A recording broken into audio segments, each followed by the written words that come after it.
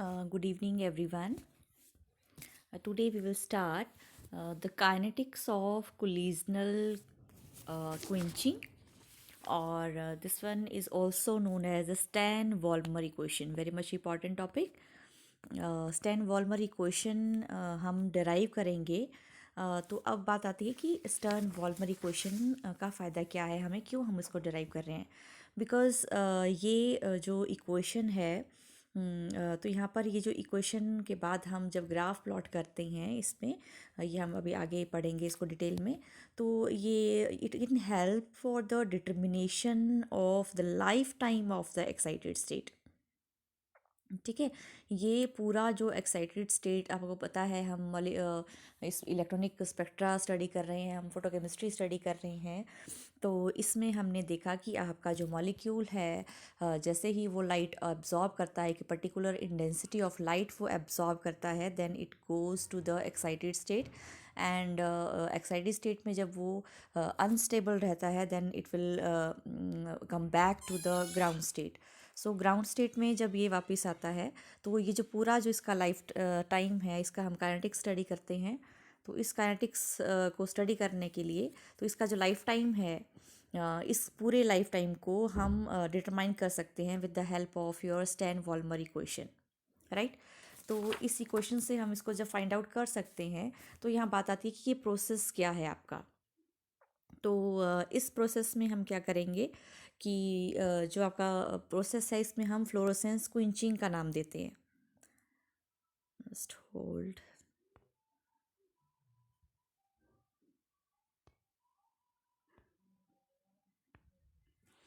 तो देखो, मैंने यहाँ पर इसमें लिखा है the fluorescence quenching of life time of A star.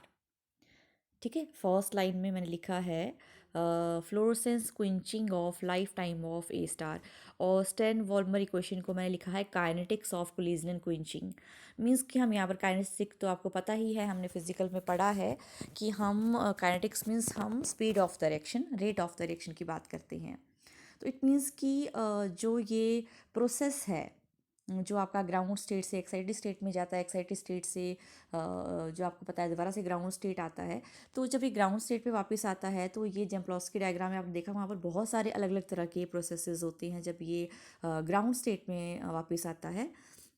But यहाँ पर हम पर्टिकुलरली फ्लोरोसेंस की बात कर रहे हैं, राइट। यहाँ पर हमने लिखा है fluorescence quenching of life time of A star. तो यहाँ पर हम उस पर्टिकुलर प्रोसेस के काइनेटिक्स की बात करेंगे, जहाँ पर कि क्विंचिंग हो, सॉरी, जहाँ पे आपका फ्लोरोसेंस हो रहा है। ठीक है, पहले फ्लोरोसेंस की बात कर लेते हैं, फिर क्विंचिंग की बात करते हैं। तो सबसे पहले आप जम्प्लोस्की डायग्राम में चले जाइए। तो वहाँ पर आपको याद है कि हमने फ्लोरोसेंस पढ़ा था। तो फ्लोरोसेंस क्या प्रोसेस था? फ्लोरोसेंस में आपने देखा कि वहाँ पर आपके जो इलेक्ट्रॉन्स थे, जो कमिंग बैक हो रहे थे आपके एक्साइटेड स्टेट से ग्राउंड स्टेट में, तो कौन से एक्साइटेड स्टेट से ये ग्राउंड स्टेट में वापस आते थे? Which was the lowest possible excited state. तो लोएस्ट पॉसिबल एक्साइटेड स्टेट आपकी कौन सी थी? S1, क्योंकि S0 आपको ग्राउंड स्टेट हमने लिया था, और S1 हमने लिया था फर्स्ट एक्साइटेड स्टेट सिंगलेट की, S2 सिंगलेट की सेकेंड एक्साइटेड स्टेट। तो फ्लोरोसेंस हमने जो नाम दिया था, वो दिया था हमने कि जो लोएस्ट पॉसिबल एक्साइटेड स्टेट से जब इलेक्ट्रॉन्स वापस आते हैं ग्राउंड स्टेट में। ठीक है, और ये एक आपका रेडिएटिव ट्रांजिशन थी, रेडिएटिव प्रोसेस था वो। ठीक है, तो उस प्रोसेस की हम बात कर रहे हैं। तो उस प्रोसेस में अब देखो, फ्लोरोसेंस के साथ हम दूसरा वर्ड यूज़ किया गया है, क्विंचिंग।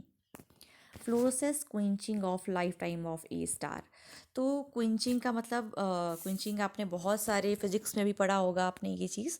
क्विंचिंग बहुत सारे अलग अलग प्रोसेसेस में यूज़ होता है ये वर्ड। जैसे आपने जैसे एकदम से फास्ट हम कूलिंग करते हैं, वहाँ पर भी आपने पढ़ा होगा।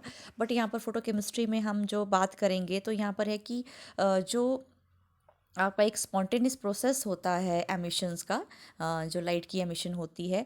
तो यहाँ पर हम बात करेंगे उसके shortness of the life time of the emitting molecule. ठीक है। जो उसका लाइफ टाइम है तो वो उसका शॉर्ट हो जाता है, क्योंकि यहाँ पर जो आपके जो क्विंचिंग होती है, अगर हम फ्लोरेसेंस क्विंचिंग की बात करें तो ये वो प्रोसेस है जो कि डिक्रीज कर देता है द इंडेंसिटी, आपकी जो फ्लोरेसेंस की जो इंडेंसिटी है ऑफ द सैंपल, उसको वो कम कर देता है। ठीक है।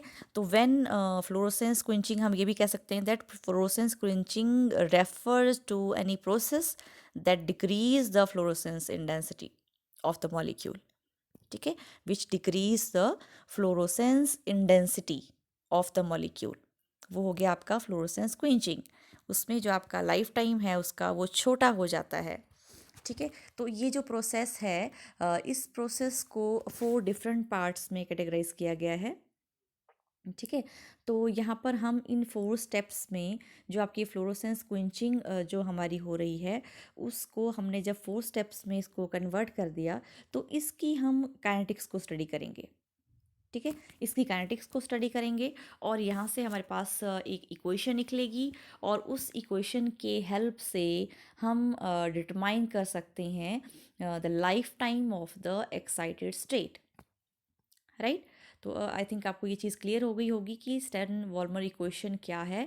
और अब यहाँ पर हम जो काइनेटिक्स स्टडी कर रहे हैं वो उस कौन से प्रोसेस की काइनेटिक्स को हम स्टडी कर रहे हैं, क्योंकि आपने जेम्प्लोंस्की डायग्राम में बहुत सारे एक्साइटेड स्टेट से ग्राउंड स्टेट में जब इलेक्ट्रॉन्स वापस आते हैं तो बहुत सारे प्रोसेसेस हैं, but we are talking about your fluorescence only.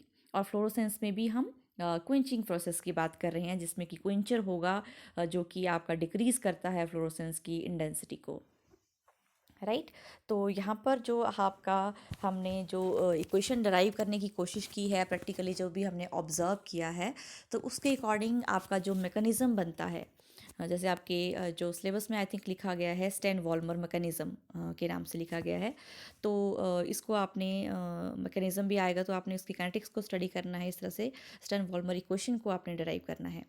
तो ये जो मैकेनिज़्म है इस प्रोसेस का, इसमें जो फर्स्ट स्टेप है आप यहाँ पे देख रहे हो, यहाँ पे लिखा है A+HV1।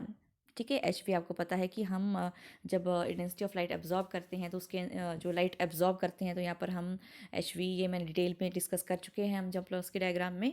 तो इसने एक particular intensity of light absorb करी इस ए ने। तो ए क्या है? ए आपका मॉलिक्यूल है, और अदरवाइज़ हम फोटोकेमिस्ट्री में इसको फोटोसेंसिटाइज़र के नाम से हम इसको बोल सकते हैं। फोटोसेंसिटाइज़र मीन्स कि ऐसा मॉलिक्यूल जो कि जैसे ही वो लाइट एब्जॉर्ब करता है तो उसमें केमिकली चेंज आता है। ठीक है। फोटो केमिकल प्रोसेस के थ्रू उसमें जो कोई केमिकल चेंज आ जाता है उस मॉलिक्यूल में, तो वो आपका हो गया, इसलिए इसको फोटो का नाम दिया गया, फोटोसेंसिटाइज़र। तो hair A is your photosensitizer which absorb the intensity of light. I A लिखा गया है, A stands for absorption and I is for the intensity. तो लाइट इसने ए ने आपका जो फोटोसेंसिटाइज़र है, और you can use the word only molecule, ये मॉलिक्यूल जैसे ही लाइट एब्जॉर्ब करता है, लाइट एब्जॉर्ब करेगा तो आपको पता है वो एक्साइटेड स्टेट में जाएगा, तो एक्टिवेट होगा वो, जैसे कि अगर हम दोबारा से फिजिकल के मेन जो आपका मैकेनिज्म थ्योरी थी आपकी ट्रांजिशन स्टेट थ्योरी में अगर हम जाते हैं तो हमें पता है कि वो फर्स्ट वो एक्साइटेड स्टेट में जाता है, तो वो एक्टिवेशन एनर्जी गेन करता है। तो इसीलिए यहाँ पर एक्टिवेशन की बात करी गई है। ठीक है। तो वो इतनी particular amount of intensity of light absorb करता है कि वो एक्साइट हो जाता है, वो उसको एक एनर्जी मिल जाती है, एक्टिवेशन एनर्जी मिल जाती है उसको, और वो एक्साइटेड स्टेट में चला जाता है विच इज़ ए स्टार। ठीक है। तो यहाँ पर एक्साइटेड स्टेट को रिप्रेजेंट किया गया है ए स्टार से। तो ये फर्स्ट प्रोसेस बताया गया है इसमें। सेकेंड प्रोसेस क्या है, सेकेंड स्टेप क्या है इस प्रोसेस का? सेकेंड में क्या है कि आपका जो ये एक्साइटेड जो मॉलिक्यूल यहाँ पर बताया गया है, ये विद रेट कांस्टेंट K1। ठीक है। रिएक्शन आपको पता है, हम काइनेटिक्स डिटेल में हमने स्टडी किया था फर्स्ट सेम में। तो यहाँ पर विद रेट K1 के साथ ये फॉर्म कर रहा है ए, मीन्स कि ये दोबारा से ग्राउंड स्टेट में वापस आ रहा है। ठीक है। ये पहले ग्राउंड स्टेट में था, ये एक्साइटेड स्टेट में चला गया, और क्योंकि आपको पता है कि एक्साइटेड स्टेट आपकी अनस्टेबल रहती है, then after that unstability it returns back to your ground state which is A. और वो एमिट करता है, तो इसीलिए यहाँ पर प्लस Hv2 लिखा गया है। यहाँ पर इस 1 से नोट किया, यहाँ पे 2 से। ठीक है, रेडिएशन प्रोसेस हो गया ये, यहाँ पे रेडिएटिव ट्रांजिशन हो रही है, तो इसीलिए यहाँ पर Hv2 प्लस करके लिखा गया है, और इसलिए इसको फ्लोरोसेंस का नाम दिया गया है इस स्टेप को। राइट तो इस सेकेंड स्टेप में क्या हुआ, सेकेंड स्टेप में आपका जो, आप इसको देख सकते हो अपने जेवलॉस्की डायग्राम में कि यहाँ पर ये S1 से, जो हम अगर सेकेंड स्टेप की बात करें तो यहाँ पर ये S1 से जो है वो S0 में ये वापस आया है। ठीक है, which is known as the fluorescence, जिसमें कि लोएस्ट पॉसिबल एक्साइटेड स्टेट से ग्राउंड स्टेट में आपके इलेक्ट्रॉन्स वापस आते हैं। राइट ये हो गया आपका second step. Now third step, तो थर्ड स्टेप है in the presence of quencher. ठीक है, मैंने कहा कि क्विंचर क्या होता है, which refers to any process which decrease the fluorescence intensity. Right वो फ्लोरोसेंस की इंटेंसिटी को कम कर देता है, शॉर्टन कर देता है the life time of the emitting molecule. Right तो जो इंटरनल क्विंचिंग है, एक होगी आपकी इसमें इस प्रोसेस में, एक तो आपकी इंटरनल क्विंचिंग होती है और एक आपकी एक्सटर्नल क्विंचिंग होती है। ठीक है, तो जो इंटरनल क्विंचिंग है उसमें आपका एक्साइटेड जो एक्साइटेड स्टेट में जो फोटोसेंसिटाइजर है वो आपके ग्राउंड स्टेट ए में वापस आ गया विद रेट कांस्टेंट K2। ये हम 1 बाय 1 आपके रेट कांस्टेंट K1 K2 और K3 की बात कर रहे हैं। Then after that the fourth step will be your excited molecule A star, जो कि आपके एक्साइटेड स्टेट में जो आपका फोटोसेंसिटाइजर था, then it will come back to your ground state, but this process is related with your quencher. तो quencher यहाँ पर देखो, जो आपका फोर्थ स्टेप है, इस फोर्थ स्टेप में A स्टार है। ठीक है, जो आपका एक्साइटेड मॉलिक्यूल है, जो एक्साइटेड फोटोसेंसिटाइजर है, ये विद क्यू क्या है आपका क्विंचर। तो क्विंचर के साथ ये आपका अगेन जब वापस आ रहा है ए में विद डिक्रीजिंग इंटेंसिटी के साथ ये आपका ए में ग्राउंड स्टेट में वापस आ रहा है, तो इसको हमने और विद प्लस आपका देखो यहाँ पर क्यू स्टार लिखा गया है, जो कि एक्साइटेड स्टेट में जो क्विंचर आपका जाता है। तो यहाँ पर ये एक्सटर्नल क्विंचिंग की बात हो रही है। राइट तो ये आपके 3 स्टेप्स हो गए, जिसमें कि हम fluorescence quenching of life time of A star की बात कर रहे हैं। राइट तो इन 4 स्टेप्स की हम काइनेटिक स्टडी करेंगे, और ये 4 स्टेप्स की काइनेटिक से हमें मिलेगी स्टैन वार्मर इक्वेशन। राइट तो स्टार्ट करते हैं। हमने फर्स्ट सेम में ये काइनेटिक स्टडी किया है डिटेल में, तो इसमें अब सबसे पहले क्या करेंगे, इसको एक साथ ही सारे स्टेप्स को कर लिया गया है। तो जैसे हम वहाँ पर आपका काइनेटिक्स स्टडी करते थे, तो यहाँ पर भी अगर हम काइनेटिक्स की बात करें, फर्स्ट तो आपका पता है कि इनिशिएशन स्टेप होता है, then propagation and then termination.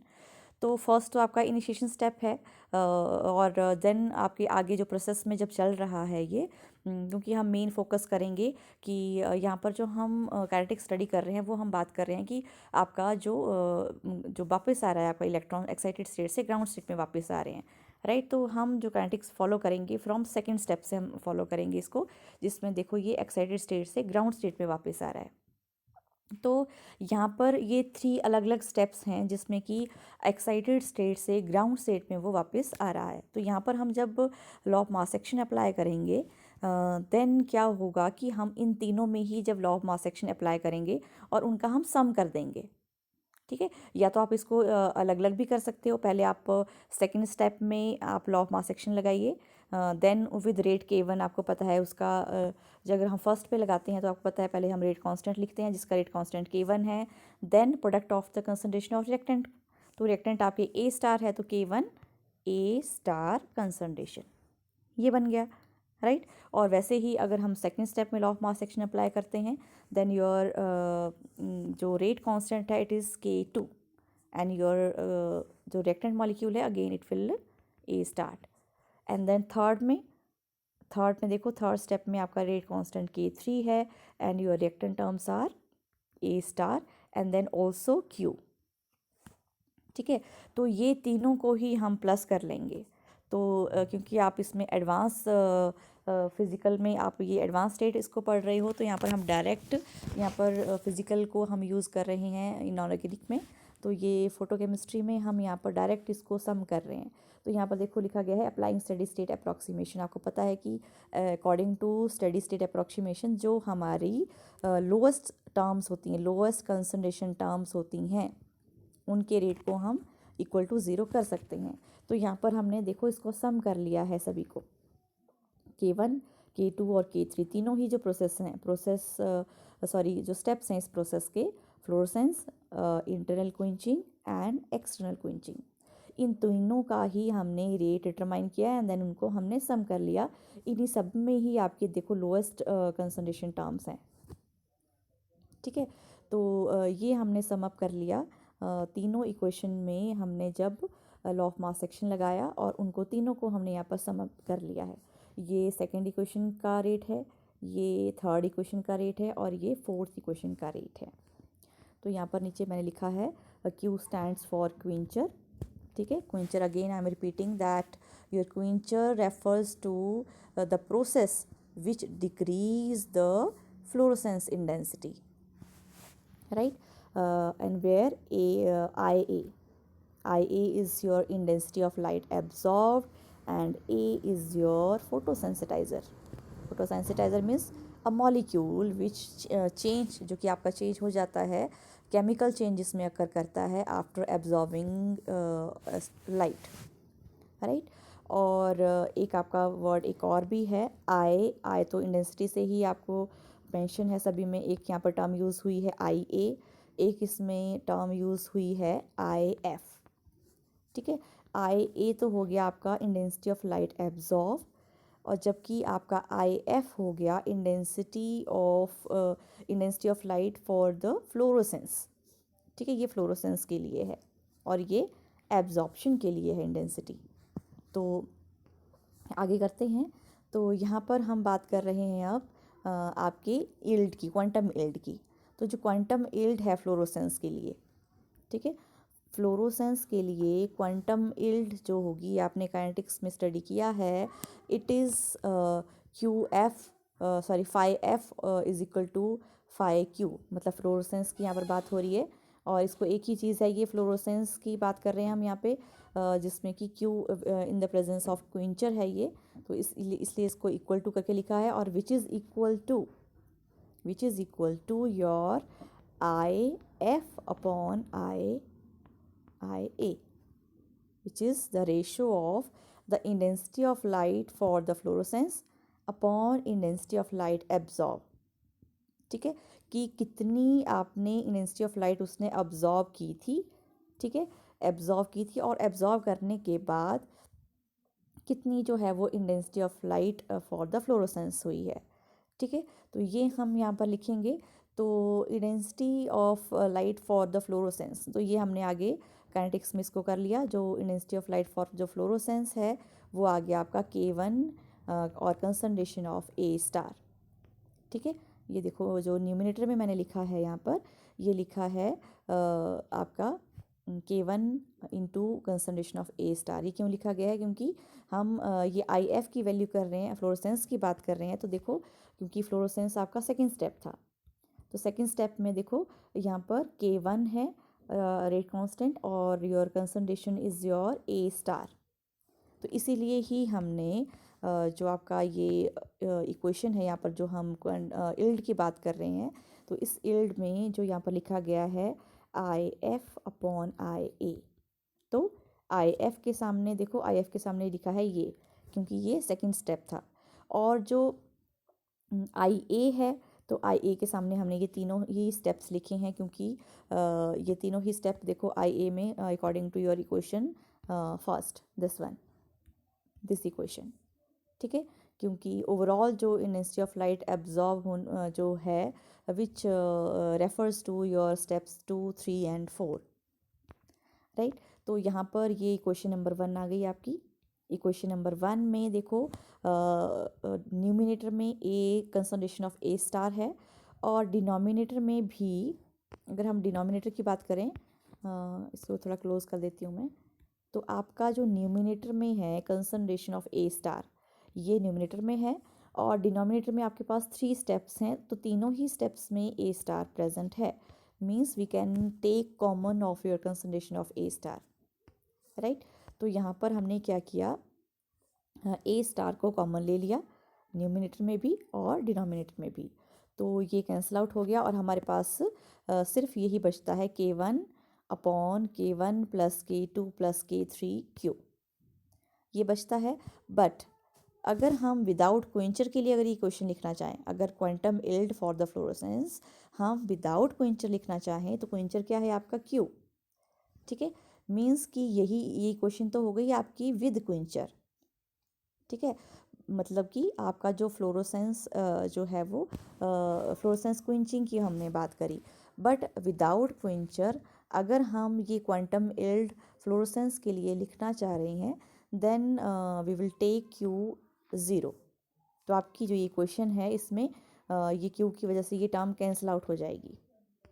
I am again repeating that without quencher when Q is equal to 0 means कि विदाउट क्विंचर अगर हम इस इक्वेशन को लिखना चाहें, इस इक्वेशन को लिखना चाहें तो Q क्योंकि 0 हो जाएगा तो ये पूरी ही टर्म ख़त्म हो जाएगी और हमारे पास सिर्फ K1 upon K1 plus K2 ही बच जाएगा, राइट। तो हमारी जो इक्वेशन नंबर 3 है, ठीक है, कोई इक्वेशन नंबर जो हमारी 3 है वो हो गई आपकी quantum yield when no quencher is there, right. और इक्वेशन नंबर 2 आपकी हो गई विद क्वेंचर।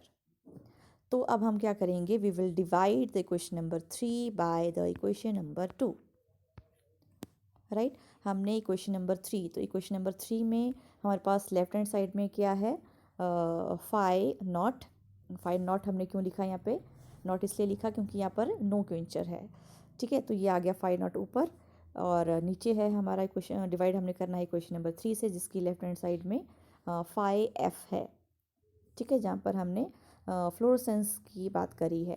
तो इन दोनों को हमने डिवाइड किया इक्वेशन 3 एंड 2 को, तो ये हमारा ये था हमारा ये दूसरा, ये डिवाइड किया। डिवाइड करने के लिए हमारा ये जो नीचे था जो न्यूमिनेटर था वो डिनोमिनेटर बन गया और जो डिनोमिनेटर था वो आपका न्यूमिनेटर बन गया।